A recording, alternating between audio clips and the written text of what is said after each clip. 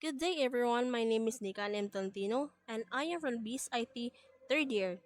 So, this is for my final examination for the subject of IT 324, the Information Assurance Security 1, under the instruction of Mr. Roy Tandy Sosa II.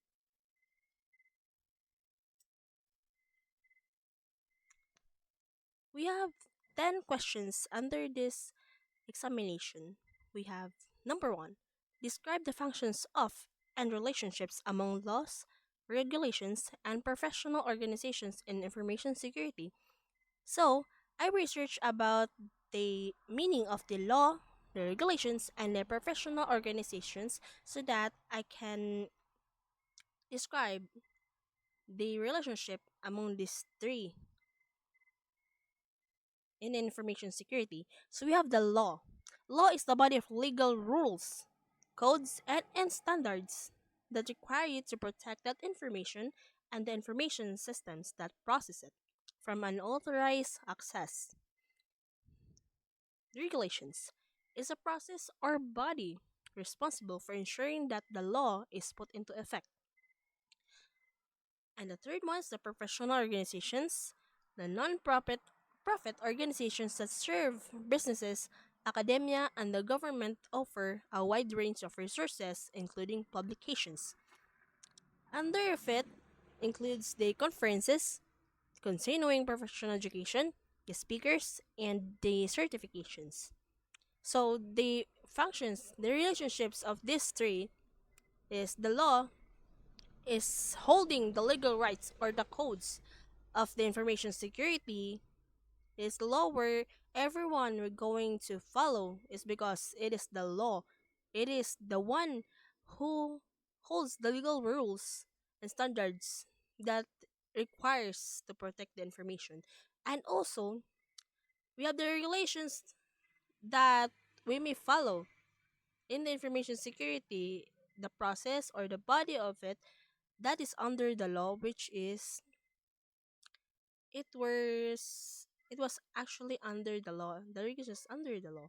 So with the professional organizations, these are the people who is working under the law and follows the regulations of the information security. So we have the conferences concerning professional education, the speakers, and the certifications. We have actually mentioned that serve businesses, academia, and the government offer a wide range of resources. So one example of that is the online platform, excuse me, the academia.com or academia.org if I'm right about it. So Brainly or the Grammarly and also the Killwood, I think. So they are the professional organizations and non-profit organizations. So for the question number 2, we have the difference between laws and ethics in information security. The law and ethics in information security, laws, rules adopted and enforced by governments to codify expected behavior in modern society. And ethics is relatively fixed moral attitudes or customs of a societal group based on cultural mores. So the key difference between law and ethics is that law carries the sanction of a government authority and ethics do not. Third question. Major national rules, laws that affect the practice of information security. We have 1. Controlled Unclassified, 2. Digital Millennium Copyright Act or DMCA, and Higher Education Opportunity Act or HEOA. Third is Export Control or the ITER EAROFAC. Fourth, Family Education Rights and Privacy Act or FERPA. Fifth, Federal Information Security Management Act or FISMA. Sixth, General Data Protection Regulation or GDPR, Gramm-Leach-Bliley Act, GLBE, the Health Insurance Portability and Accountability Act, the HEPA or the HIPAA, Payment Card Industry Data Security Standard or the PCI DSS. The 10th protection of human subjects or the common rule. 11th, red flags rule for identity theft prevention. And the last one is the Social Security Number Privacy Act. Next question is the role of culture. What is the role of culture as it applies in ethics and information security? So, culture has been proven to have an adverse impact on the quality of information security in the country. It influences the perceived norms, behaviors, and attitudes associated with cybersecurity, like setting strong password adherence to privacy policies, training, and educational programs. What is the civil law?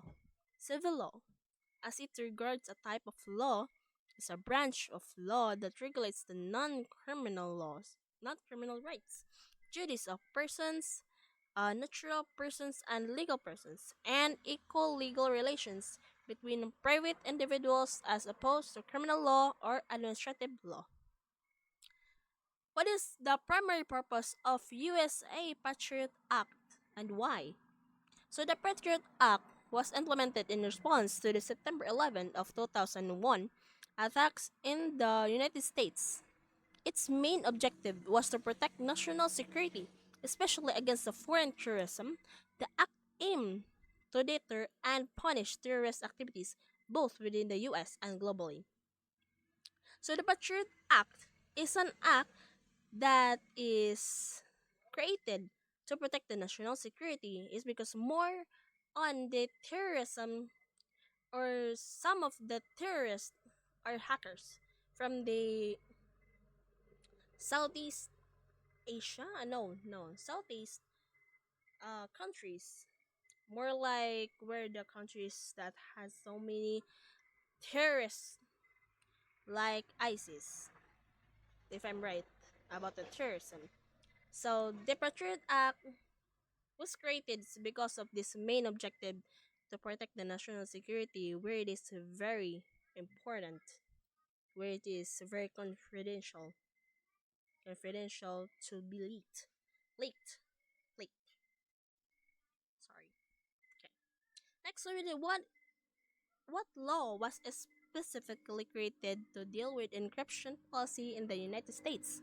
So, the Security and Freedom Through Encryption Act of 1999 clarifies the use of encryption for people in the US and permits all persons in the US to buy or sell any encryption product.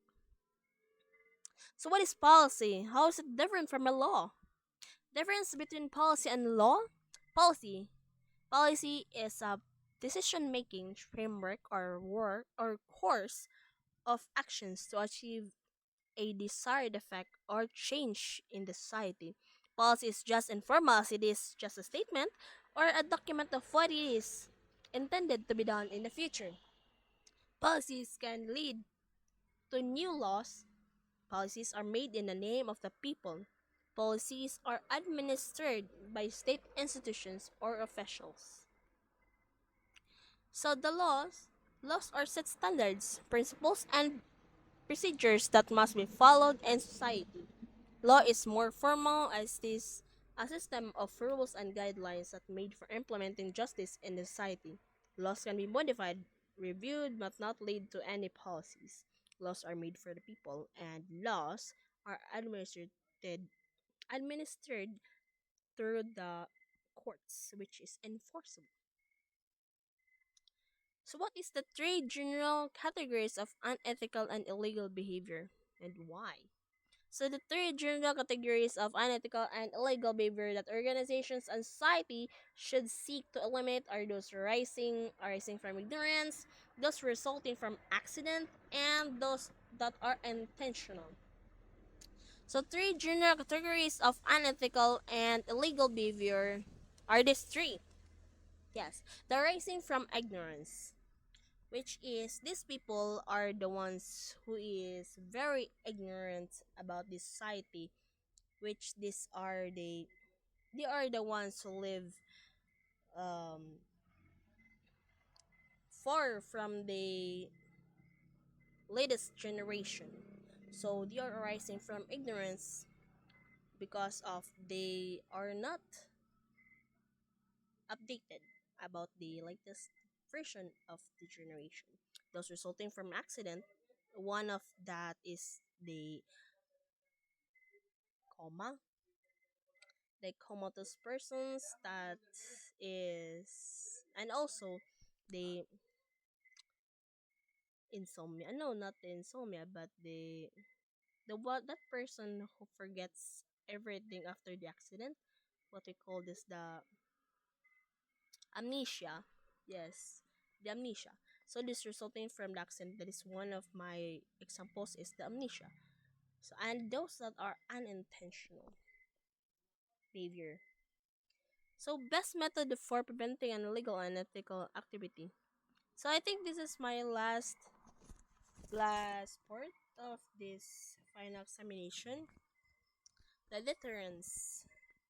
So this is the best method to preventing an illegal